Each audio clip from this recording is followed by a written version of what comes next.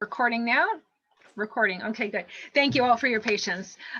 So this is my favorite topic to talk about, gluten-free, because it is the first thing that I did, and it was the most powerful thing. It really moved the needle rather quickly. So I didn't know what I was doing. I didn't know what I was trying to heal back then.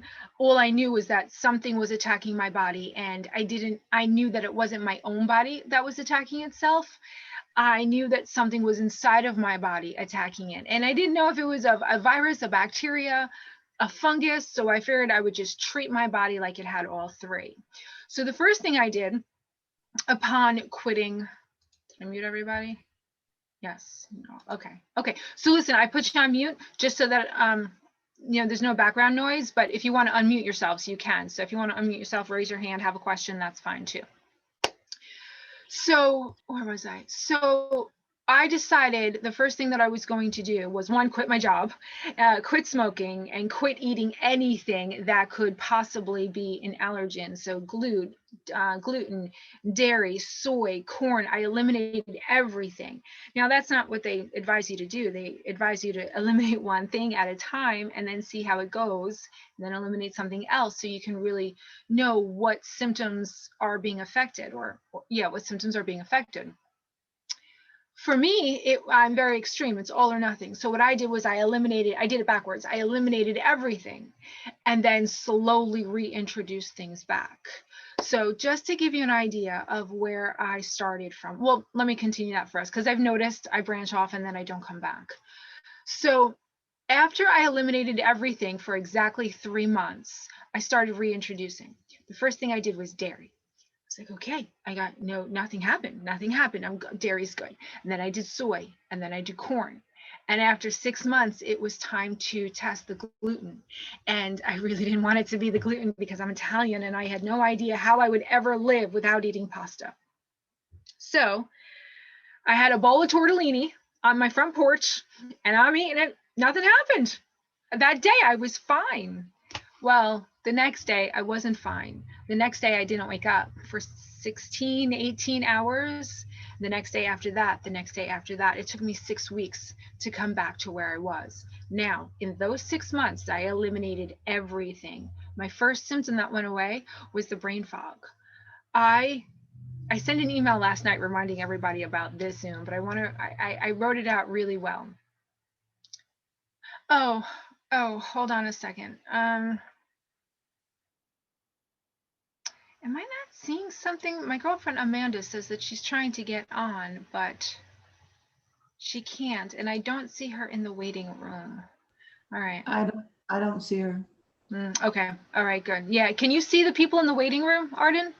I can see everyone that's trying to get on. Angela's trying to get on, or she's on, and that's the only person that's on I can see, because it shows you the whole gallery. Okay, perfect. Thank you. So anytime you just want to be like, Janine, we got someone else in, that's fine. Okay, so the brain fog was the first thing to go for me in those 6 months. And my brain fog was so bad. I couldn't make a peanut butter and jelly sandwich. It was too many steps for me. I would get confused.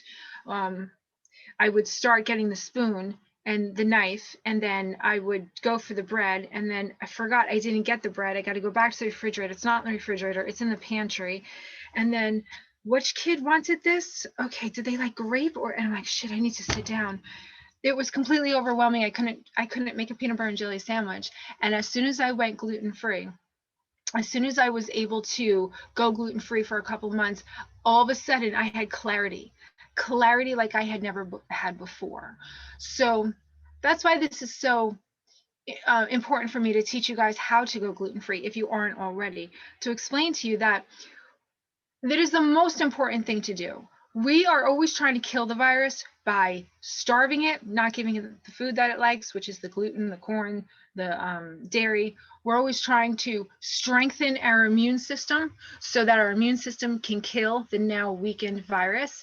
And then at the same time, we're always detoxing it out of our body. And that's where the celery juice and the lemon water comes in. So those are the 3 things to heal our MS symptoms that we're balancing every day. Yes, for the rest of our lives. Yes, I was paralyzed and now I don't have any symptoms, but that doesn't mean I go back to living and eating the way that I was. This is a daily thing. This is what I'm going to be doing for the rest of my life. So I'm always starving the virus. I'm always bringing my immune system to the point where it's so strong that it's killing the virus, and then I'm always detoxing it out. So when you want to go gluten free, and a lot of people that I talk to go, I can't, it's too much. I work full time. I have kids. I have a husband. I have a house. I can't do it. I wanted to break it down to make it really simple because I forget that I'm gluten free. A lot of times people are amazed that I'm gluten free because they're constantly seeing me eating bread and pasta. It's all gluten free. But I have found a way to eat all of the foods that I like. And I'm talking about all of the foods that I like. I am never deprived. There's always ice cream. I just found a way to make it so that it's gluten free and it's dairy free and it's healthy. And I don't eat it all the time. I eat it regularly, but not all the time. So this is not something that you're going to do overnight. This isn't something that you're going to do in a week. It's an evolution. Just like everything is an evolution in our lives.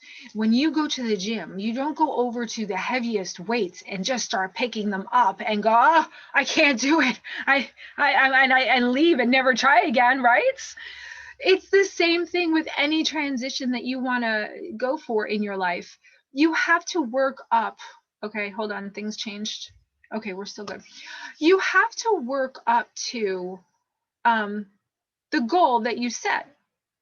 So that's why I've broken it down into steps and I give you these little tips. So we're going to start with step 1, understanding what gluten is.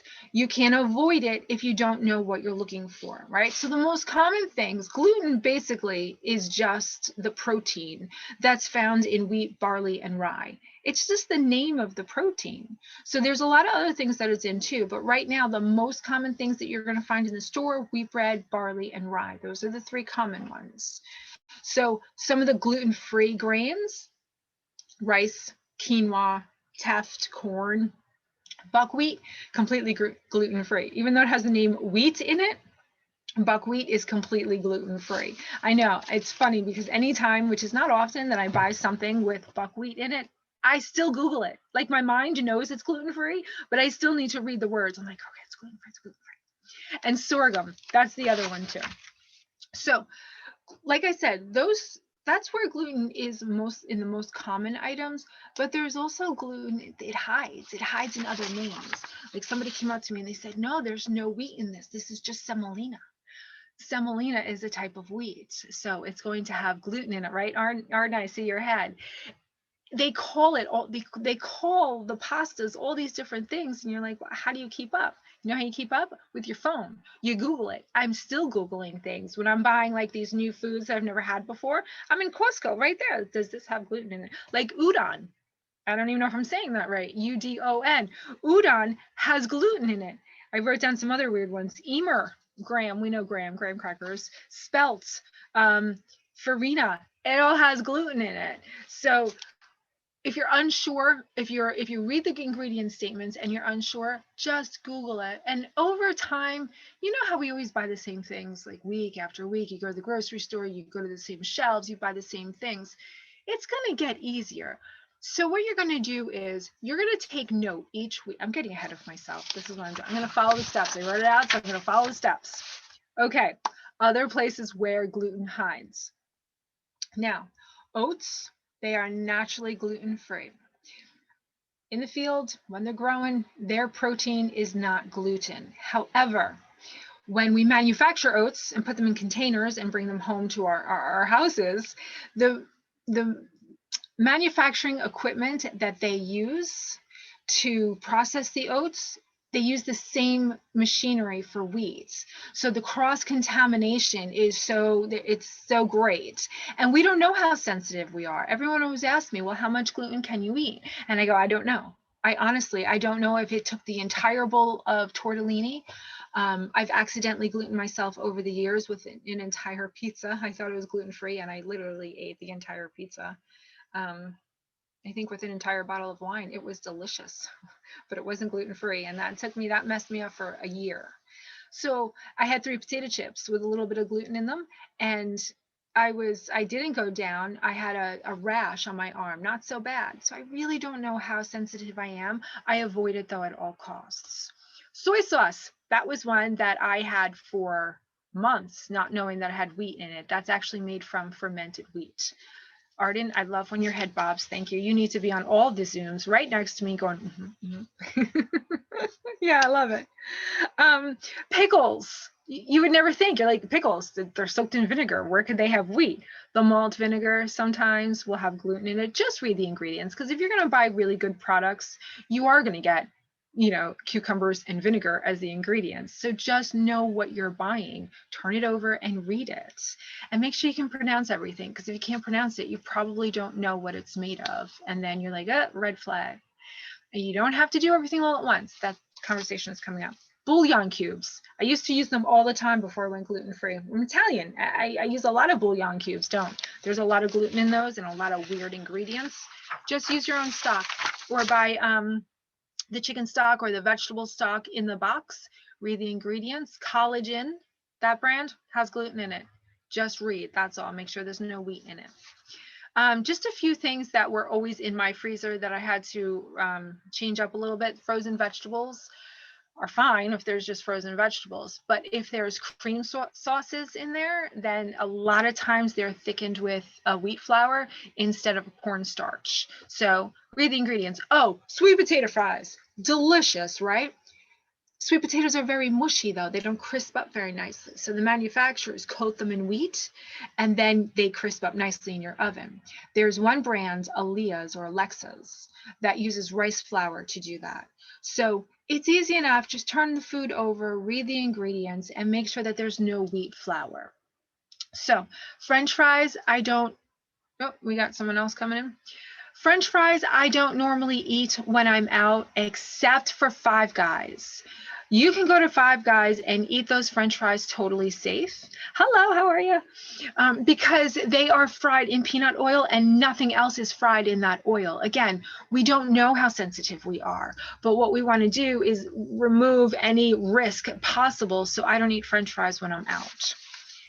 Malt, if it says malt in the ingredient statement, yeah, stay away from that. It's usually wheat, barley, something malt.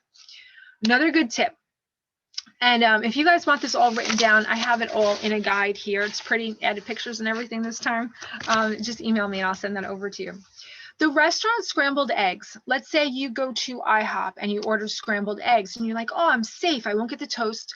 I'll get the scrambled eggs. Yeah, no, they put a scoop of pancake batter in those eggs to fluff them up. So don't order them. It's really hard to eat out. I'm not going to lie to you. It is easy to eat at home gluten-free and transition over your life slowly, like week by week. You make little notes in your phone and you go, oh, cereal, you know what? This is the cereal I normally buy. Let me go replace it this week with a gluten-free cereal. Like Cheerios is totally gluten-free.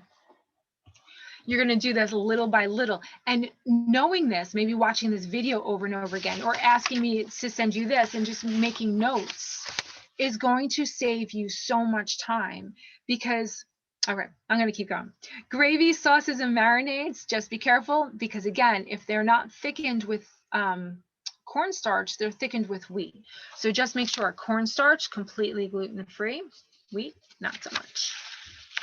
All right, so knowing where gluten hides is really important. So this way, when you're walking down the aisles of the grocery store, you know what you're looking for. You know what not to buy. And if you don't, you're going to Google it, okay? Now, you can probably go food shopping and buy everything gluten-free. But then when you take it home, are you going to want to eat it? Oh, we got another one in here. I got to remember to watch the waiting room. All right, so step 3 is identifying your comfort foods, because you can buy all the gluten-free food in the world, but when you take it home, you're not going to feel like eating it. And then what good is it going to do you? So I always make sure that I always am surrounded by comfort foods, because we never want to get weak or hungry and grab for something that's going to make us feel worse, like something with gluten in it. I always make sure that I have snacks with me in the car, in my purse. Even my daughter, she's gluten-free too, by choice. We're trying to clear up her skin. So she always has the bars in her, like gluten-free bars in her purse, so that this way when she's out with her friends, she doesn't have to say, oh yeah, okay, I'll have the pizza, you know. So she always has something that she can fall back on. So for you, identify your comfort foods and make sure you find the gluten-free version of them. Now, waffles for me is a big comfort food. A lot of times on the weekends, like say on a Sunday, I don't want to do my celery juice. I don't want to do my heavy metal detox smoothie. I just want to make a cup of tea, get on the couch and watch Joel Osteen with my waffles. And for me, that's a really nice Sunday. So when I talk about it's all a balance, everything is a balance in life. You can't go and not expect to crash. So when I'm talking about the balance, I'm talking about, yes, your comfort foods, making sure that you have them, but I'm also talking about the balance in your schedule. We talk about a schedule with the lemon water in the morning and then the celery juice and then the heavy metal detox smoothie. And that's great for during the week when we are going. But let's say on the weekends, you're like, oh, you know, I feel so guilty. I didn't do my lemon water. I didn't do my celery juice. And oh, this is never going to work. No, you're doing exactly what you should be doing. You do it more times than you don't do it. Gail, do you have a question or are you just waving hi? Because if you do have a question, yeah. Sorry, my grandson just walked by me. I apologize. I Oh, didn't no, think about don't it. apologize. I'm sitting here talking forever. I want you guys to talk and ask questions. So don't. Well, I do have a question. Perfect. I am allergic to all citrus. So what would I do like for lemon water in the morning? First thing And I what want is to that ask, good for? okay. First thing I want to ask you is, who told you that you were allergic to citrus? And stay unmuted. Okay. Well, I've had an anaphylactic shock, gone into anaphylactic shock with it. When I'm not allergic to drinking lemonade, I will break out in a rash. But if somebody does the you know, the stuff on the outside, that effervescence that's on the outside of, then if I smell that, my throat swells. Really? Yeah. That is interesting. Now, is that the same thing with lime? Lime, orange, yeah, grapefruit. How about celery? Celery, I'm fine. I can eat celery. Okay. Okay, I'm not a doctor. I can't tell you. I can only tell you what the medical medium says about being allergic, but you have some serious issues when you go near citrus. So I would stay away from citrus. But the celery juice is also going to be a huge detoxifier for your body. So you should go ahead and skip that citrus in the morning and just do the celery juice on an empty stomach. Wait 20 minutes and then go on to your heavy metal detox smoothie if that's what you're doing. But yeah, what you want to do probably is just, if you wanted to get a little bit more detoxing, I would say go right for the celery juice. Yeah, I would skip the water because regular water goes right through us. If we're not adding lemon to it, it's not getting through the intestinal walls and into our organs where it needs to detox all of those toxins. Right. So I wouldn't even bother with the regular water in the morning. Go straight for the celery juice first thing. Okay. Yeah. Thank you. Thank you. And anybody else, please just And flag me then down. on the heavy metal detox, she should just have to leave out the orange and you could do the rest of it. Yes. Yeah. Thanks, Arden. Yeah, there's an orange in there. And that, to me, that's what makes it taste so good. But so with the heavy metal detox smoothie, you would just leave the orange out. I think that's mostly for taste anyway. I'm not sure. Okay. So I think I was talking about comfort foods and the schedule. I don't want everyone to be so hard on themselves and shame themselves. I did talk to a couple people this week where they said, you know, I felt so bad. I only did it 5 out of the 7 days. And I'm going, that's great. You did it 5 out of, hi, Marisha. You did it 5 out of the 7 days. That's awesome. You want to do it more days than you're not doing it. And you also want to be able to sit down with your cup of tea and whatever comfort food that you have and not feel guilty. Everything that we do for our bodies is good. Now, if you're going to sit there and gorge on a whole gluten filled pizza, you know, and drink down beer, which you know is completely, it's just all gluten. And then you're going to come to me and you're going to be like, I don't know why I'm not feeling good. I only had one pizza and a beer. Yeah, that's a little bit different. As long as you're staying gluten-free and dairy-free and you're sticking to the schedule or the foods most of the time, then you're good. However, gluten is the one thing you can't cheat on. That's why, because the size of your thumbnail, that amount of gluten in your body takes 6 weeks to get out. Now, that's what you're going to read online, right? Now, why? Why does it take 6 weeks? If my body doesn't take 6 weeks to get anything out, what they're saying is the same thing that the medical medium is saying, but in a different way. Medical medium says that the Epstein-Barr virus feeds on gluten, and it does. The Epstein-Barr virus, any virus, has, or most viruses, I should say, has a 6-week life cycle. So what you just did, the size of a thumbnail worth of gluten, you just fed that virus enough to bring it back to its strong self and wreak havoc in your body. And that gluten that you just activated with that that virus that you just activated with that tiny amount of gluten is now going to take 6 weeks to die. So that means that those 6 weeks, you're going to have your symptoms back. And then even its dead corpse, the virus's dead corpse, is going to be in your body and wreak more havoc later. So that's why you can't cheat on the gluten. You really shouldn't even cheat on the corn and the dairy. And I don't know how sensitive everybody is. Everyone's different. I wasn't dairy-free and corn-free when I got healthy. I was only gluten-free. I don't know. I think if anyone has symptoms and you're trying to get off of them, then of course I would go hardcore, no gluten, no dairy, no corn, but it's up to you. All I know is that for me, I couldn't touch gluten, could not touch it, or else I would be down for weeks. Okay, so comfort foods, hard alcohol, good luck. There's gluten-free Tito's vodka. Vodka acidic makes your body so acidic. I wouldn't recommend it anyway, especially any kind of hard alcohol. Wine, I don't feel like anyone should have to live without red wine. I feel like it's important to the health and safety of everybody in my house. It's gluten-free and I don't see why we can't drink it. So I do. And I don't drink it often. I used to drink a glass once a night with my pizza. I mean, oh God, not once a night, once a week with my pizza on Friday nights. I don't do it once a week anymore. I might in the summer, but I don't so much do it. But gluten, there's no gluten in wine. So go for it.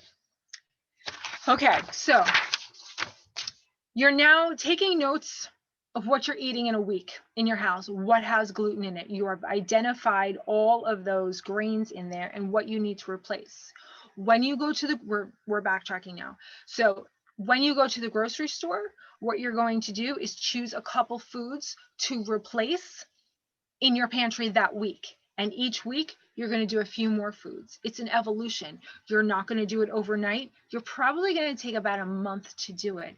And that's good because anybody starting the healing process, you want to go slow and watch how your body reacts. So you're going to want to start with the lemon water and then the celery juice and then the heavy metal detox smoothie. While you're doing all of those a week or 2 weeks apart, that's when you want, during that time, start evaluating what's in your refrigerator, what's in your pantry, what are your go-to foods, and make notes. And when you go to the grocery store, little by little, you're going to be changing them up. So that's my morning routine: the lemon, the celery, the heavy metal detox smoothie. I've gotten off coffee. That wasn't fun. Even my 1 cup a day, that was awful. I don't know. I had some new faces on here. Hi, Angela. I see you're on now. I have some new faces on here. So not everybody knows I'm going through these IVF treatments. I have a question. Oh, yeah, sure. Hit me. Go ahead. Okay, so last night I made for the first time gluten-free lasagna noodles, and they came out horrible. They were mushy and they were bad, and I was trying to make my healthy lasagna, but like gluten-free, and it did not work. Is there a certain type of brand that we should do instead, or because it's one of my family's favorite? You're gonna have to buy every brand out there and test it. I have found that Arden, did you want to say something, or are you just frozen over there? I think you're frozen. Okay. Just flag me down if you do want to say something. The lasagna noodles, I find that noodles like corn-based noodles, that's why I don't have them very often, because the corn-based noodles, or actually no, the red lentil. Find a red lentil based pasta. And where did you go? Oh, everyone's jumping all over the place. Angela, there you go. I know. I The do love the camera Zoom, keeps but I'm like, where'd you moving. go? Yeah, the camera keeps moving. I don't know. I'm new to this. No, that's okay. Not your camera, but like your placement on the screen. It's like the Brady Bunch. You just went from like here to like here. That's all. It's like, where'd you go? Try finding a red lentil based pasta. Red blend. Okay. Red lentil. I think it's Barilla. Yeah, Barilla. I don't know if they make the lasagna noodle, but I know that they make all the other noodles. So I'm assuming that they probably make a lasagna one too. But find a lentil or pea protein. I don't like it. It's got the grittiness to it. Yeah, see, I don't like peas. Yeah, no, maybe that won't work. The corn is good. Just don't eat it all the time. But if you're going to make a lasagna every now and then, if you want a corn-based pasta, that's going to hold up nicely. Okay, and you can't do rice, right? Because rice has gluten in it. No, rice is gluten-free. Okay. You can eat rice. The reason why I don't eat rice is because it bloats the hell out of me. Okay. Even brown rice. I mean, I never really did eat white rice because I liked brown rice better, but it just, every time I eat brown rice, it bloats me. It's not worth it. So I just replaced it with quinoa. So anytime I would normally have the brown rice, quinoa based pasta. No, that's not going to hold up either because that's real mushy too. Because my family likes brown rice pasta. That's fine. I just haven't been able to find a lasagna noodle in it. Yeah, no, it's a hard one. I have simplified I used to make such a good lasagna, but that was like 20 years ago. So no, but this is going to be on you now. Now you have to find a good lasagna noodle. You have to post it in the group and you have to let us know about it. Like if anyone finds a gluten-free lasagna, ravioli or tortellini, I haven't had that in 10 years. I would love that recommendation. That's on my, can't live without list is the lasagna noodles. Yeah, exactly. Okay, good. You're on that, Angela. Okay, so we'll go back to the routine so that you can see how my day looks, how my completely gluten-free day looks. I already told you about what we do in the morning. Everyone does that. You don't even have to worry about breakfast food unless you're doing a comfort food on the weekends.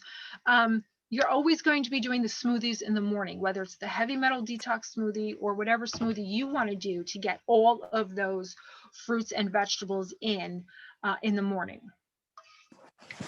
So after my heavy metal detox smoothie, I got off the coffee. Oh, that's what I was saying. I got off the coffee because I'm going through the IVF drugs. Hopefully I'm going to be pregnant next week. I do have 2 teenagers, 18 years old and 15 years old, but I'm remarried and my love of my life doesn't have any children. So we're 43 and we're doing it again. Well, I'm doing it again. He's doing it for the first time. So anyway, I'm off coffee, but if you did want to do coffee, do it after your heavy metal detox smoothie, and also make sure that it's organic, because what did I say before? We're always trying to starve the virus, kill it with our immune system, and detox it out of our body, right? So we got to get all the toxins out and give our immune system just the virus to fight. When you drink coffee, especially regular coffee, you're flooding your body with free radicals, toxins, and now your immune system is dealing with that and not dealing with the virus. There's more on that on my coffee video. I can talk forever, but I'm trying to stay streamlined here. Okay, so breakfast is always a smoothie. It's always the lemon water, celery juice, and a smoothie. Between breakfast and lunch, I always have 2 apples. Sometimes I put cinnamon on them. Sometimes I dip them in maple syrup. You want to get some maple syrup in your system every day. Maple syrup has minerals in it that aren't found in many other foods, and it's delicious. So it's fuel for your brain. Your brain loves maple syrup. So I use that time between breakfast and lunch, my 2 apples, sprinkle some cinnamon, dip them in some maple syrup, and it's a great sweet snack in the morning. If you don't want sweet in the morning, do it in the afternoon between lunch and dinner. So that's my mid-morning. Apples, could do a whole video on apples. They go to wherever is needed in the body and makes it alkaline. You always want a little bit more. You don't want an acidic body. You don't want a completely alkaline body. You want it just in the middle and over towards the acidic a little bit. But what happens is with our diets, most of the time, we're more acidic than we should be, way more acidic. And if anyone doesn't know what I'm talking about, the little strips that you put in like a pool and it's, you know, it's either acidic or alkaline. It's the same thing for us. If you want to test your alkalinity, hopefully Arden's getting up to get those little strips to show you. What you do is you buy these little pH strips, and with your first morning urine, you pee on it. And then you match up to the color right there on the thing, and you're like, oh, look at that, I'm acidic. And then you know you got to bring more apples into your, or more fruits and vegetables, but apples is just a really good way to do it. So lunch. What I do is I don't eat any meat for lunch. I do for dinner, but I don't for lunch, because meat takes so long to digest, and you want to be hungry. Okay. And you want to be hungry.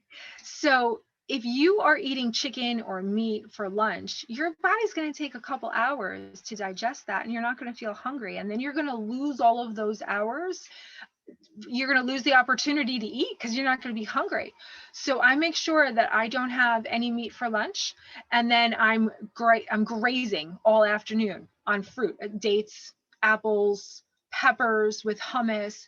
Any opportunity I have to eat, I'm going to get a fruit or a vegetable in. And I heard this a long time ago. I forget from where or from who. It's probably a quote I read somewhere. And it said, every time you eat, you have the opportunity to either heal or hurt yourself. Every time you eat, you're asking yourself, is this going to heal me, or is this going to hurt me? Or is it going to be neutral? Sometimes there's neutral foods. But every time you eat, you want to be able to give your body ammo to fight the virus. Give your body ammo, make it stronger. When I tell my kids when they were little, hold on, I'm sorry. When they were little, I'd always give them the choice. And I'd say, well, it's up to you. You want to give your fighters, their immune system was their fighters, I always called it. You want to give your fighters more ammo to kill the virus? Well, then go ahead and eat that. But if you want to make your fighters tired and weary, and you want to let the virus win, well, then go ahead and eat that. That's how I gave them their choices. So I'm the visual learner, so I just assume everybody else is too. Okay, so back to my day. So now we're at lunch. I don't eat any meat. What I do, what I rely on is the quinoa. Quinoa, what did I have today? Chickpeas. Gosh, what did I have today? I have a lot of riced cauliflower. Sometimes with kale, sometimes without kale. It's all different. What I normally do is I just throw whatever leftovers I have in the fridge. Like I made a fennel salad. It's not fancy. I just chopped up the fennel. I put lemon, a little bit of olive oil in there, and then I had that plain. It was delicious. Someone in the waiting room? No, everyone's in. Okay. It was delicious. And then the next day, I just threw that in with the quinoa. I took a bunch of cilantro off the plants in the counter. I threw that in, mixed it up, added some chickpeas, opened a can, drained it, stuck the rest in the fridge, put some chickpeas in there. Like, you just make it fun. You put as many good things as you can in. And sometimes you're going to be like, this is disgusting. I'm never making this again. Most of the times you're going to be like, wow, this is really good. I think next time I'm going to add a little bit of this. So it doesn't have to be complicated. You don't have to cook. Just grab those healthy ingredients that you prepared for at the grocery store, keep them in your fridge, and throw things together and experiment. I can't tell you how many times my son goes, Mom, this is delicious. And then other times he goes, I'm not gonna lie, this is awful. Please don't ever make this again. So it's just trial and error, you know, you're just figuring out what works. So a lot of times for dinner, now that lunch is usually just a hodgepodge of everything that you have. For dinner, that's when I do my meat. A lot of times I do chicken. I haven't been doing a lot of chicken lately though, because my daughter is gluten-free and she's been eating dinner with us a lot. So a lot of it is fish now. But I always do something like a chickpea salad, the riced cauliflower, the bib lettuce for wraps with the shrimp, the tortillas. They make a good gluten-free tortilla. And now I'm going to sneeze. No, I'm not. Okay. There's a lot of great recipes that you can follow, but I wanted to give you some ideas. Hold on. Okay, I'm good. I wanted to give you some ideas because some of these things are so simple and we walk past them in the grocery store all the time, right? And you don't realize how easy these things are easy they are to incorporate into our everyday plans so that you're not hungry and you're keeping it interesting. Like clementines. When was the last time you had a clementine? When was the last time you just peeled it and ate it right out of the refrigerator because it was so good? Celery sticks, strawberries with shredded coconut, carrots and hummus, dates. Always getting dates. Always get like 3 or 4 dates in every single day. Again, great for your brain. And it's going to really help with that clarity. So, talking about a gluten-free dinner, what I would like to hear from you guys is if you're gluten-free, great, but what was the one thing that was a struggle? For dinners, people are always struggling with that. And I don't feel like I have enough variety to tell them, what they could do instead of what they're doing. So does anyone have a struggle with something that they love that they wish was gluten-free, or something that they foresee being a struggle going gluten-free? No? I think you're all gluten-free in here, aren't you? Okay. Gail, are you gluten-free? I'm going to read your lips because you're still on. Pretty much, I'm gluten-free. Okay, good. All right, good. Mary, are you gluten-free? More or less. Okay. I'm still not completely gluten-free, Okay. But I wonder which of the grains are gluten-free except for the buckwheat grain. Oh, which of the grains are gluten-free? Yes. Well, here, I got a whole list for you. There's rice, quinoa, teff, corn, buckwheat, and sorghum. Those are all gluten-free grains. Which is the last one? Sorghum. That's all I know. Its name. I don't know where it is or what it's in. It's a grain. You can buy it by itself. Okay. Have you Or in used a it? flour. I I've don't eaten know it, but not by how it's itself. language, but I'll search for it. I love that people are working on this and trying to go gluten-free. And that's why I want to help you just move that needle a little bit and go all the way gluten-free. Because I feel like going a little bit gluten-free is a pain in the ass, and you're not getting any of the benefits from going partially gluten-free. In order to eliminate or see a difference in your symptoms, you have to be completely gluten-free. Because like I said earlier, even the amount of gluten that can fit on your thumbnail, little tiny bit, is enough to feed the virus and get your symptoms going again. In the last 3 days, I've been completely gluten-free, but I only rely on buckwheat flour. Okay. And I prepare salty bread with a lot of seeds, for example, pumpkin seed. Good. And sunflower seed, etc., etc. Good. And I also prepare a sweet version of that, and I add something like dates, raisins inside. Perfect. And I forgot which one was that. No, but it sounds like you have a really good handle on what's gluten and what's not. Yes. Right? Because you said 3 days. You can go 3 days going gluten-free, but then maybe sometimes you'll grab for something. Now, when you feed the virus is alive now for 6 weeks, and it's all throughout your system. And that little bit of gluten that you just gave it is enough to keep it alive for 6 weeks. That's why in order to see the symptom relief, you have to be completely gluten-free. And it took me a while to learn how to do that, but you have to be completely gluten-free for at least 6 weeks, because you don't want to be activating any more virus or feeding any more virus. You want the virus that you fed to die and get out of your system. I know. So you won't see any difference in your symptoms unless you're completely gluten-free for at least 6 weeks. Yes, I'm working on that. Angela? I'm not gluten-free, but I'm working on that. And it's always a work in progress. Like I said, this isn't something that you can do overnight, but it's for the people who are struggling with symptoms. Go ahead, Arden.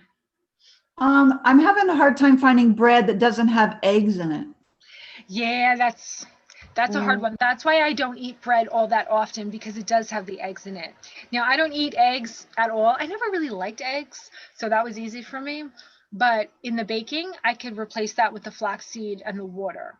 When I buy Udi's bread, there's egg in there. So I can't tell you the last time I had a slice of that Udi's bread. If we don't have a waffle, I'll have a slice of bread, but we always have the waffles. And I don't even buy the waffles anymore because I've been making Tina's eggless, gluten-free eggless waffles out of the group that we posted the recipe. They're delicious. I make like 5 or 6 of them on Sundays, and some of them are left for the week with the 2 kids. I stick them in the freezer, and then I just pull them out and stick them in the toaster. So yeah, no, I'm sorry. I don't know about bread without egg in it, but if anyone finds one, I'd love to know. I wanted to ask you about the coffee. I'm sorry, Mary, say that again. Coffee. I love coffee. Is it forbidden for us? Coffee is good for you. The coffee plant is actually really high in antioxidants. Coffee is good for you. What we do to the coffee is not good for us. So there is a way that you can drink it. I have a coffee video. Watch that, but I'm just going to give you a quick synopsis. Okay, I will. Thank you.